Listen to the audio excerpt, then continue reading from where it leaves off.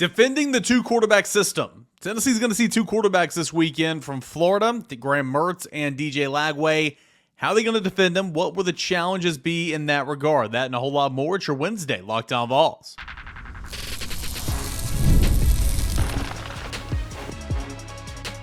You are Locked On Vols, your daily podcast on the Tennessee Volunteers. Part of the Locked On Podcast Network, your team every day. Hey, good Wednesday morning, everybody. Welcome into Locked On Vols. I am your host, Eric Kane. Can't thank you enough for making Locked On Vols a part of your morning routine. Free and available wherever you get your podcast.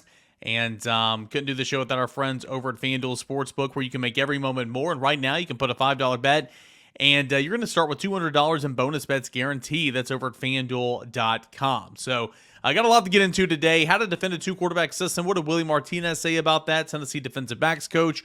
What did Josh Heupel say about that on Monday? And Willie Martinez also chimes in on, there were some chunk plays given up by that Tennessee defense, specifically in the pass game. Tennessee's defense played more than well enough to win that football game. Don't hear me wrong, but some of those trends not good with Alabama coming up on the schedule, Florida this weekend, so on and so forth. So we're going to hear some from Tennessee's coaches here on a Wednesday show, and a lengthy conversation with Josh Ward for a little Ward Wednesday. Talking all things Tennessee, Arkansas still a little bit, looking ahead to Tennessee, Florida, all that and more here on a Wednesday show. Looking forward to having a crossover show, learning all about the Florida Gators on tomorrow's show. We'll have Boogie on Friday, and of course, I'm going to pull back and go back with my chat from Gators Online's Nick Delatorre and bring some of that on the show probably Friday as well. So plenty of Gators talk coming up here this week as it's a rivalry renewed, Tennessee and Florida, coming up Saturday at 7 o'clock. So without further ado, let's look back at the Arkansas game right now and hear from Willie Martinez on some of those pass plays for Arkansas. Tennessee's defense missed 11 tackles overall. Tennessee's defense allowed 7 plays of 20 yards or more down the field, which, again, it was very bend, never broke, that being the Tennessee defense. And it played well enough to win that football game. But chunk plays, that can hurt you. And giving up 7 plays of 20 yards or more, it's not a winning recipe. 5 of those 7 plays came via the air, obviously. Had a couple of runs that exceeded 20 yards as well. So what did Willie Martinez have to say about that? Was it man? Was it zone? What happened in some of those situations? Here's Tennessee's defensive backs coach, Willie Martinez. You might be talking about zone coverages and stuff like that, and there was, we got to do a better job of tackling. That the first thing that shows up when you're playing in the perimeter, and you have to be really good against offenses. Doesn't matter what the offense is. We got to be elite at the perimeter game, whether that's screens or whether a guy catches a ball. The yards cannot be, after the catch. That's what you're trying to minimize, the yards after the catch. They cut some balls, obviously in one-on-one situations. We didn't win some. We didn't win the one-on-ones that we've been winning. And again, that just comes from playmaking. That comes from fundamentals and technique. Not to take anything away from, like you just said, Arkansas is a good football team, and they deserve to win. That's we got to play better. On our end of it, we feel like there's a lot of stuff there that was us, too. Okay, so we weren't the smartest on certain plays. We weren't as physical as we needed to be. We missed a tackle when we shouldn't have missed a tackle that created a momentum change. We missed an assignment, as a defense, in a crucial moment on third down that allow them to change the field on us, man. We want to be a dominant defense. We want to be elite defense. We want to keep the field position when we have the field position, So, yeah, they're going to, offenses are going to make plays, man. They're going to make plays, And we want to be in tight coverage. We just got to play smarter. We got to play harder and longer in moments, and especially back at the end of the game. Obviously, I think Tennessee's defense has been pretty good this year. Even in a game where they weren't their best, Tennessee's defense gave the offense a chance to win the football game. Literally all but one drive of the second half, Tennessee's defense went out there and pretty much did their job. Well, I'll take that back. They had that touchdown drive where they marched the length of the field, and then there towards the end they score. But, of course, Tennessee was trying to get the football back. That doesn't account for the whole entire drive, but Tennessee's defense played well enough to win that football game. It's obviously the conversation is kind of on the offense, but Graham Mertz, who's a very accurate passer, who we're going to get into here in a moment, 77% completion. DJ Lagway, who has over 70, 70. He's graded out so far. I'll just tell you right now, I've got to pull it up here. He's graded out so far this year at 71.4% according to Pro Football Focus, which is well above average. Those two guys are capable of hurting you, and so you don't want to be giving up those chunk plays if you're Tennessee's defense. So good stuff there from Willie Martinez. Let's stay on this this two quarterback system. We know DJ Lagway, we know Graham Mertz. Both of those guys are going to play. Speaking with Nick Delatorre of On3's Gators Online, he joined us on the Rocky Top Rewind Sunday night over at VolQuest.com, and he said they're going to play both of them, but it's Graham Mertz is going to get the first 2 series, DJ Lagway will get the 3rd series, and Graham Mertz will get 2 more series, and DJ Lagway will get the next series. So it's more of a 2/3 of the pie is going to Graham Mertz, and the final third is going to DJ Lagway. Graham Mertz, a starting quarterback, came over from Wisconsin, where I thought he was very, very mediocre and pretty much a bad quarterback at Wisconsin for 4 years. I'm wrong about things sometimes as part of the process. I was wrong about a lot of things last week heading into the Arkansas game. I thought he was going to be not very good. I guess whenever you put better players around him, he kind of rises to that occasion, because Graham Mertz has been very good. Graham Mertz has been pretty good at Florida. I mean, he's not winning any Heisman trophies. He's not going to be an all-SEC quarterback, but he's been very respectable at Florida the last 2 years. He got knocked out concussion-wise week 1, missed the game week 2 of the season against Samford, and that's when DJ Lagway went off, man. I mean, he threw for almost 500 yards, 4 or 5 touchdowns. He looked really good, albeit competition was not great, but he looked really, really good. And then, coming back, Graham Mertz has been back in there, and I think he came back from the Mississippi State game, so maybe DJ Lagway played against A&M as well. But nonetheless, they've been doing the 2 quarterback system here lately. And DJ Lagway is a former 5-star quarterback. He's 6'3", 240 pounds. He's a bigger presence. He does have running ability. So Tennessee for the 3rd straight game, Tennessee's gonna have to be wary of that, as well as Graham Mertz. Graham Mertz has a rushing touchdown and a couple hundred yards on the ground this season as well. So Tennessee's going to have to play gap assignment football there too. So biggest difference again here, quick stat line, Graham Mertz, 666 passing yards, 5 touchdowns, 2 picks, 77% completion, 1 rushing touchdown. DJ Lagway, 667 yards, 4 touchdowns, 3 picks, 69%, which is still a really good completion percentage. And he's yet to find the end zone on the ground. But, defending the 2 quarterbacks, what are the challenges there? Here's Josh Heupel when I asked him that question on Monday. Yeah, I think both of them have played smart football. They've been accurate with the football, in particular the last couple of weeks. They both operate within the system extremely well. Both have the ability to run the football and move and extend and make plays. The young kid is dynamic with the ball in his hands.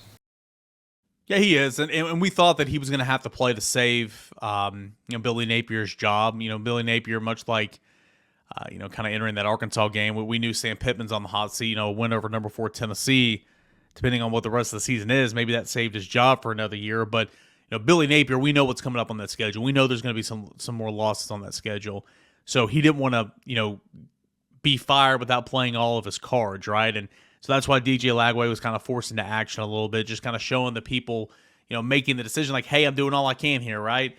But he's going to be a real good one. Former 5-star quarterback. Again, I've already listed some measurables, 6'4", 240. He's going to be a real good one. Hopefully it won't be this weekend when he gets a chance and Tennessee's defense kind of shuts him and Graham Mertz down. But remember, Graham Mertz, he completes a lot of passes. He completed a whole lot of passes against Tennessee last year. Here's Willie Martinez on defending 2 quarterbacks in Graham Mertz and DJ Lagway. They're 2 really good quarterbacks. Both of them are athletic. You could say one is a little bit faster than the other, man, but they're very effective in what they do. We played against Mertz last year, and he did he played a great game against us. He was obviously played really well off schedule, made some big-time throws, and DJ now, obviously he's got a great arm, man. What a talent. Obviously got great size, both of them can make every throw, and then both of them can hurt you, in the quarterback run plays, you know what I mean? So we got to contain it, we just played one. We played 2 back-to-back, to be honest with you. So very similar to the guys that we just finished playing, and we got to contain them and get to them and force them to throw them off schedule, and be effective in doing it. That is Tennessee defensive backs coach Willie Martinez. Again, overall in the season, 9 passing touchdowns for the Florida Gators to 8 different pass catchers. More on Florida's offense, more on Florida's quarterbacks as the week goes on. Hey, we're going to get into a lengthy conversation with Josh Ward, a little extended version of Ward Wednesday. That is coming up next as we continue on here with this Wednesday edition of Locked On Vols. Stay tuned. Want to say about our friends over at FanDuel Sportsbook. NFL fans, you can start the season with a big return over at FanDuel. It's America's #1 sportsbook. So when you get a hunch in the middle of the game and you can check out the latest stats, view the live play-by-play, and so much more on the same page where you placed your bets. You'll get started with $200 in bonus bets guaranteed when you place your first $5 bet. That's only at FanDuel.com. Plus, we've already kind of looked at what this weekend's line is. It opened a couple weeks ago at last week at 20.5 for Tennessee. It's now down to 14.5. Tennessee, a 14.5 point favorite for the Volunteers. That total started at 60 at one time. It's crept all the way down to 54.5, so a touchdown down. Again, how the mighty have fallen in terms of where's this offense for Tennessee. But you can find those plays there. I like Tennessee to win. I like Florida to cover just because the series is just wacky, and it always is. But you can put some coin in your pocket on Saturdays and Sundays over at FanDuel Sportsbook this football season. FanDuel Sportsbook is America's #1 sportsbook. FanDuel, it's where you can make every moment more. Josh, obviously Saturday's not the outcome that Tennessee wanted, that Tennessee fans wanted. Season's not over, though. That's the beautiful thing about the college football 12-team playoff field. Undefeated season was unlikely. 10-2 is a popular pick, and I know everybody's focused on Florida right now, but still a whole lot left to play for in terms of postseason aspirations. Yeah, it's still there. Tennessee just has to improve and fix some of the issues that have been there for multiple weeks on the offensive side. They have to be better defensively than they were this past weekend, considering what they'll face moving forward. And there's the internal test that Tennessee is about to face against Florida. Tennessee is the better team going in. Tennessee has obvious advantages, that including being at home. So let's see how Tennessee does trying to turn things around, because Tennessee could go out there and have a decisive victory or an impressive win against Florida. And then this time next week, we're talking about everybody feeling a lot better heading into a much bigger game against Alabama. But here's a real test. Tennessee kind of cruised through the first month, did not take advantage of 2 weeks to get ready for Arkansas. And that's part of the shame, is that Tennessee had so many obvious advantages going into the game against Arkansas, but the Razorbacks were the ones that took advantage of Tennessee.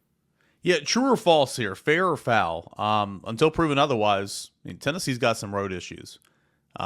Tennessee has got a road problem. Is that fair to say? I understand LSU in 2022, that was a big win. I understand a couple weeks ago going to Oklahoma. I mean, that wasn't easy. I'm not trying to say it was. But for 3 straight years, Tennessee's gone on the road and dropped to an unranked opponent where Tennessee was favored. Is it fair to say that until proven otherwise, Tennessee's got some road issues? I do think it's fair. I think that's commonplace. I think that's an issue for most teams in college football. Teams are better at home than away, and that's going to be the case across the board. The bigger issue to me was not that they were affected by playing on the road, is that they weren't able to use the 2 weeks to their advantage against a team that was playing its 6th straight football game and was dealing with more injury issues than Tennessee was, and that Arkansas quickly having to put together a plan to slow down Tennessee's offense was more effective than Tennessee was with 2 weeks to prepare for what it wanted to do against an Arkansas football team. So there's the road aspect. I'm sure that if the game were at Neyland Stadium, as opposed to being on the road in Fayetteville, that Tennessee would have had a better chance. And I'm sure Tennessee would have won. But it was played in Fayetteville. They knew that it would be. But Tennessee had a 14-3 lead in the second half against Arkansas. Tennessee should have won that football game. And I don't really like using should have in sports, because should have, would have, could have. Tennessee didn't. But the road aspect is just part of it.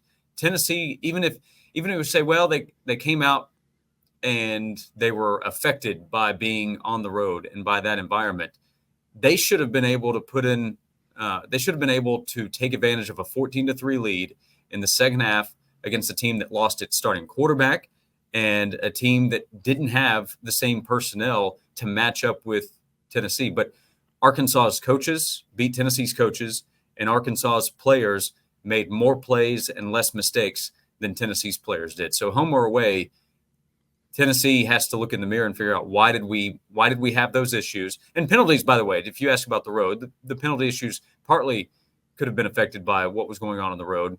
But I would say it's the 2-week lead up not being fully dialed in the way they should have to get ready for the game. Josh Ward here on Ward Wednesday. Josh, co-host Josh and Swain with VFL Jason Swain every weekday on the Sports Animal, noon to 3. It's easy to point at the offensive breakdowns. I mean, yeah, Nico has got to play better. He didn't have his best game, but obviously it's tough when you can't protect for him. And offensive line's gotten a lot of talk. Running backs and pass pro deservingly is getting a lot of talk right now. But I want to ask about the wide receivers. Obviously, Jason Swain is a wide receiver guy. What did he have to say maybe Monday and Tuesday early in the week about Tennessee's wide receivers? Could they be if anything, could Tennessee's receivers be doing anything more to help their young quarterback, just like the offensive line and running backs? Yeah, we talked about how they need to be more helpful for Nico, and Dante Thornton is a guy that has emerged from where he was a year ago, and at times we see him make plays. He's the guy that made the catch down the field to set up an opportunity there late. We saw him make the catch and run, and he had another catch that was called back, in the game against Oklahoma a couple of weeks ago. But we haven't seen it from Chris Brazzell. Have we seen enough opportunities for him to be able to take advantage of his size, his length, and ability to go up? I don't know that that's happened. That's something Swain brought up, as well as maybe too often running into coverage and not helping themselves out there. You also have to look at the personnel, and with the tight end usage, that affects what they're going to be able to do, what Josh Heupel is going to be able to call based on who's out there on the field. But this week, Mike Matthews is a guy that I think fans are wondering about, a 5-star wide receiver who does have talent. I don't think anybody questions what his physical ability is. It's a matter of what does he know within the offense? What we hear is that he knows enough to be out there. He's probably going to get that chance to show more this week. Can he go out there and make plays? Because the guys just haven't done it enough. Squirrel White has made plays, but he's made mistakes now dealing with injury. Brew McCoy has made tough catches for Tennessee. Hasn't made enough plays, though, in my opinion, at wide receiver. And again, now dealing with injuries. So this week, let's see. Thornton, Brazzell, maybe Mike Matthews. Chaz Nimrod is a guy that Swain likes a lot. He played a little bit more this past weekend. So let's see if this week they can make some plays.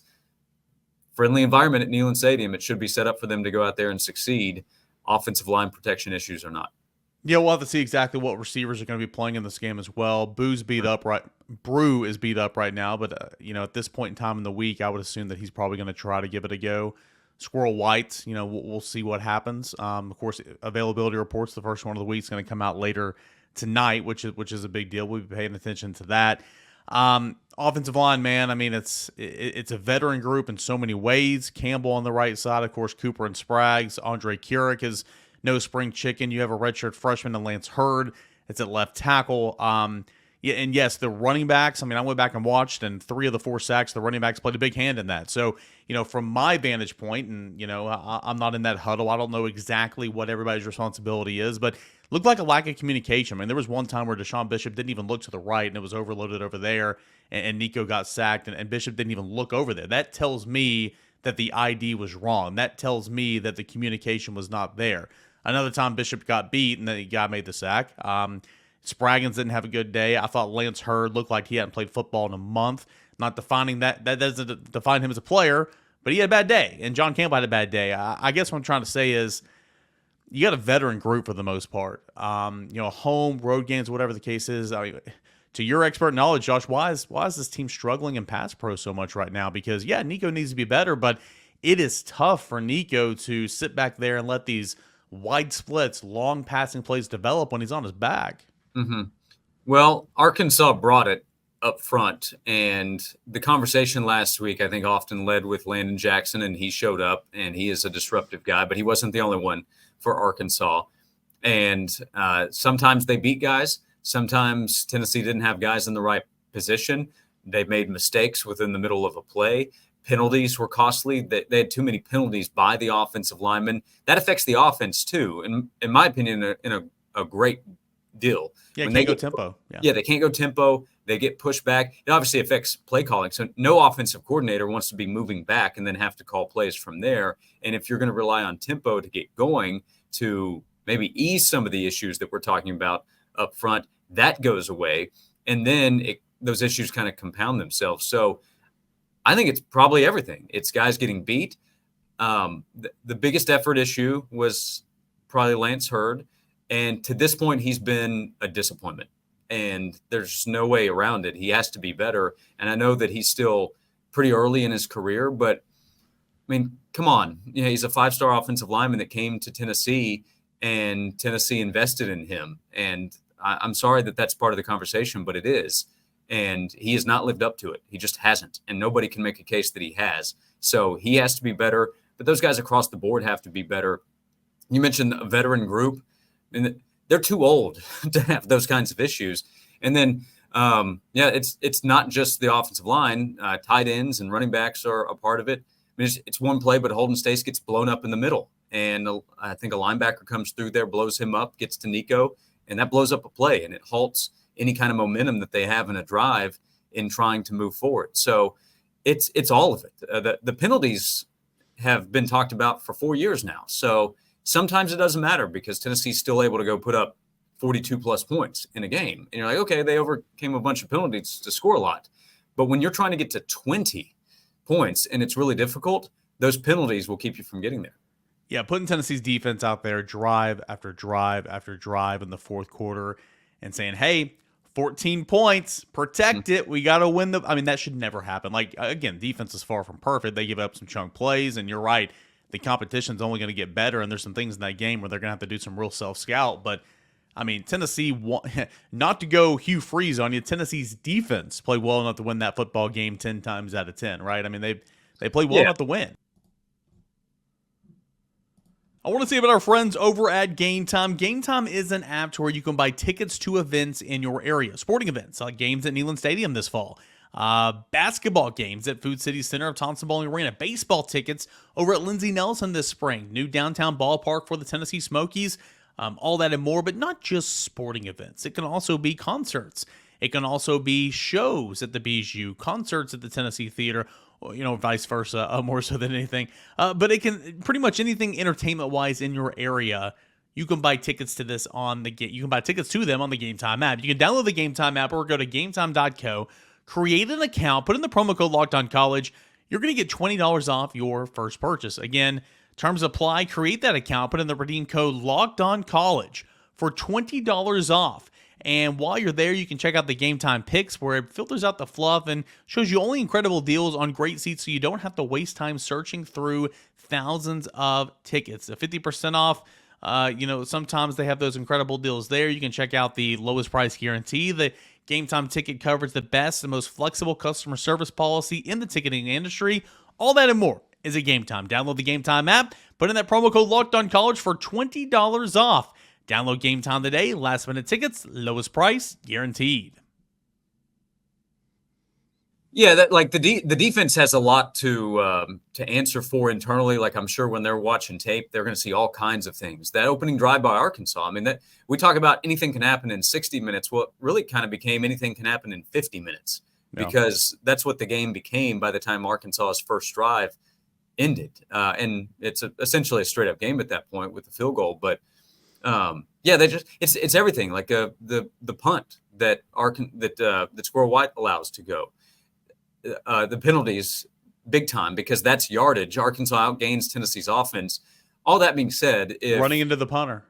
Yes. Just can't happen. It just can't. Yeah. And Jordan Ross knew it, and he's a young guy. So this is something Swain and I talked about that we'll give him a little more grace than we'll give a 7th-year senior in John Campbell for ripping a face mask off for all the mistakes that Lance Hurd made. But the effect is still there. So you can't have that that's essentially a turnover, right? When you're supposed to get the football back, but you hit the punter in the helmet and they get to keep the football. So those things all add up. If you told me that Tennessee only needed 20 points to win in Fayetteville, I would have said, Okay. Well, I don't know if I don't know that they'll cover. Maybe they won't get to 35. But if Arkansas is scoring 19 or less, then Tennessee's winning the football game, and I would have been wrong. So that's why so much of the conversation has come back to the offensive side. Everybody helped in the loss. The defense, special teams, but the offense for sure played its part. And coaching, 100%. Yeah, that's where it all starts, and that's at all levels. I mean, there's no way Tennessee staff could reasonably disagree. Arkansas staff went out and beat Tennessee staff on Saturday. For sure. Being critical is a part of the job. And we talked about this too, so sorry to cut you off, but Josh Heupel, to his credit, said that multiple times right after the game. So there was no, well, the players got to do this, the players have to do that. He talked about players and coaches, which is true. But he said it starts with me, and it's his. He took ownership of it, and he's got to do that. He knows they have to be better. He knows that's a disappointing loss. Josh Heupel is very smart. He's aware of the opportunity Tennessee had going into that game to get to 5-0. He knows that with the losses that others experienced, Bama losing to Vandy, Ole Miss the week before losing to Kentucky, that really created an opportunity for Tennessee to be there at the top of the SEC standings with Texas, and Tennessee gave that opportunity right back with the loss to Arkansas and created a very thin margin for error moving forward. Josh Heupel knows that, but he took ownership of that, and he knows they have to be better starting this week against Florida. Yeah, said on Monday that he should have called a timeout there, after the Dante Thornton catch where you wasted 20 precious seconds with two timeouts. Yeah, he should have. It's a huge mistake. I don't know that they win. But I know that not calling a timeout at the 35-second mark hurt Tennessee's chances in trying to win the game. Again, to Heupel's credit, he didn't get defensive. I didn't think. He just said, should have called a timeout. And he said in hindsight.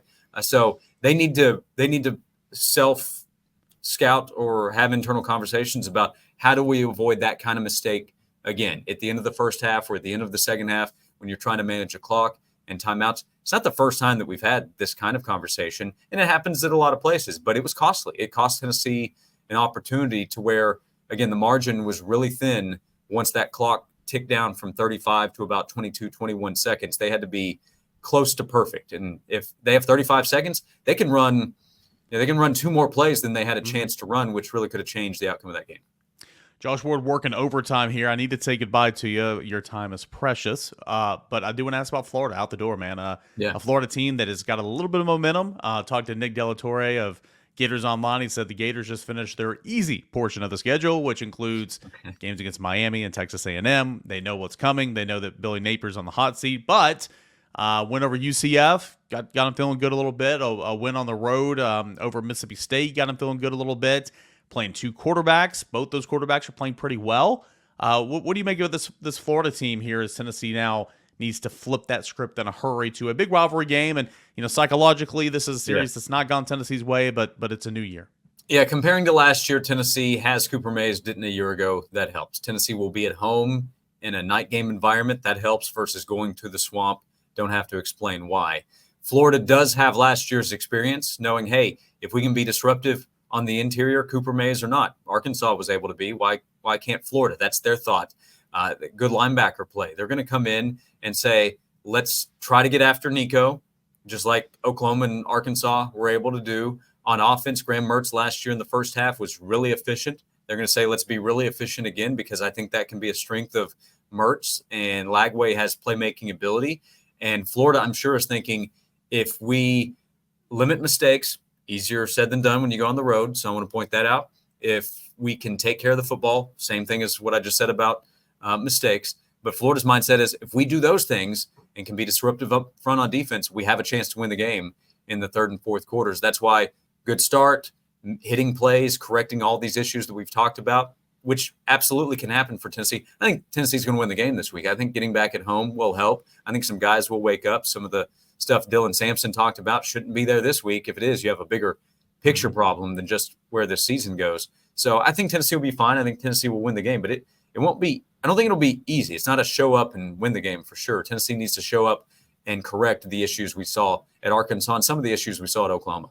An extended Ward Wednesday here. A lot to talk about, obviously. A big game coming up this weekend. Josh and Swain, noon to 3, 99.1 The Sports Animal. You guys are going to be breaking it down every single angle, previewing this big game against Tennessee and Florida this week, right?